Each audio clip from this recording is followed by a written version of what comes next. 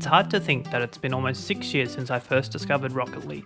From the early days as a Prospect Elite to the climb up the mountain to Grand Champion, Rocket League has been a game that has got me through one of the lowest points in my life. At a time where my head wasn't in the right place, Rocket League was that small escape and a reason to just wake up the next day. Today, I'm going to share my Rocket League journey with you as an OG 2016 player.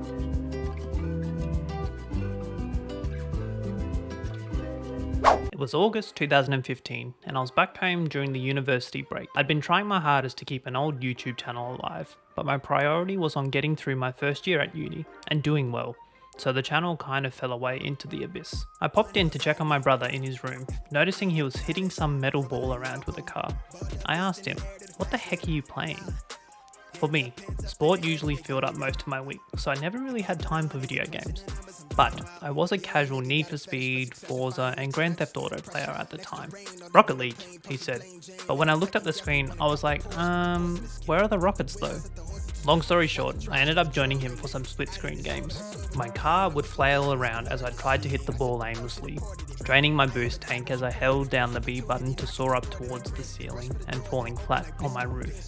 And then, when I'd finally managed to hit the ball, laughing hysterically at my opponents, rushing around to stop it from going in for a goal. No one knew what an aerial was or even how to hit one back then, besides the pro players, but it was in these initial moments where I had the biggest laughs in my entire gaming experience.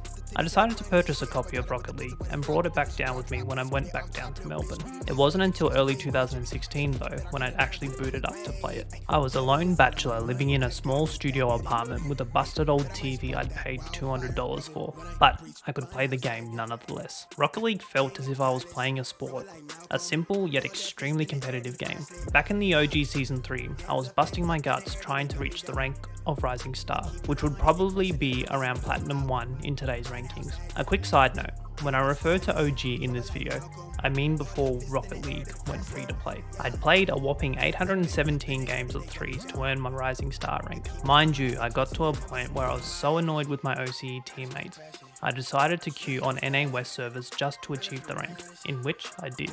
Oh, and how could I forget how long Season 3 went on for? This was back when they decided to update the ranks as well, and it took forever. But I got my cool Rising Star wheels finally, so I was a happy boy. I was hooked on the game and had dreamed of one day reaching the elusive rank of Grand Champion, and that's where the grind was only just starting.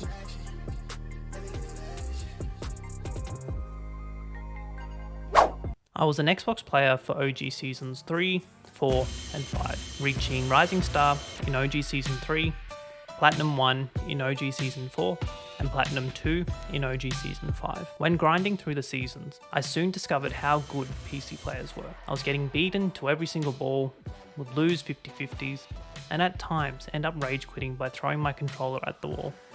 Yeah, I was quite addicted to Rocket League at this point in time. It was coming up to the end of 2017. I was nearing the completion of my university degree, and as a congratulations to myself, decided I would purchase a PC. I managed to find some used PC parts when I was back home in Darwin, and again, brought those down with me and purchased the remaining parts to complete the setup.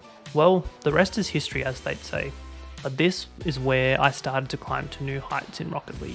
Since OG Season 6, I've been a dedicated PC player, and am thankful that I've since been able to merge my old Xbox account with it. OG Season 6 was where I saw my biggest climb, achieving the rank of champion, a new all-time record for me. From playing on PC alone, both my mechanics and general gameplay had improved so much. I thought to myself, maybe I could hit Grand Champion one day, but I was always so nervous to jump into the next competitive game to progress further up the mountain. I maintained quite a steady rank around Champion to Champion 3 from OG Season 6 to 11, but at that time, I started to pick up on playing a lot of Rumble when it was introduced in OG Season 9. I don't know why, but I somehow started to main it and actually hit Grand Champion in OG Season 11. And since then, besides OG Season 12, managed to hit Rumble GC for every season onwards.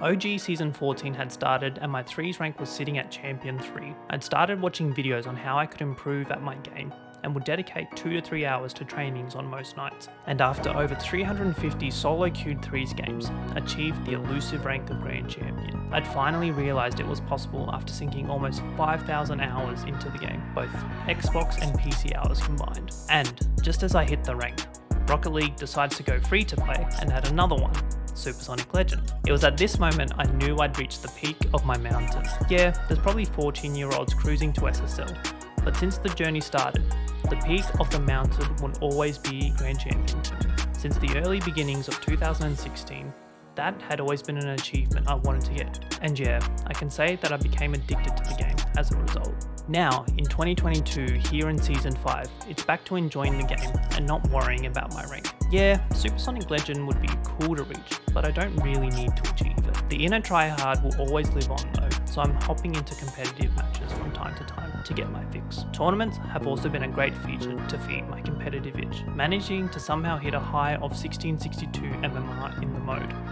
This is around GC2 ranking. Yeah, I know it's a bit more inflated as a tournament ranking MMR, but it's still a big win for me. I reflect back on all the hours I've put into this game, the ups, the downs, and everything in between to get me here today. Do I regret it? Not really.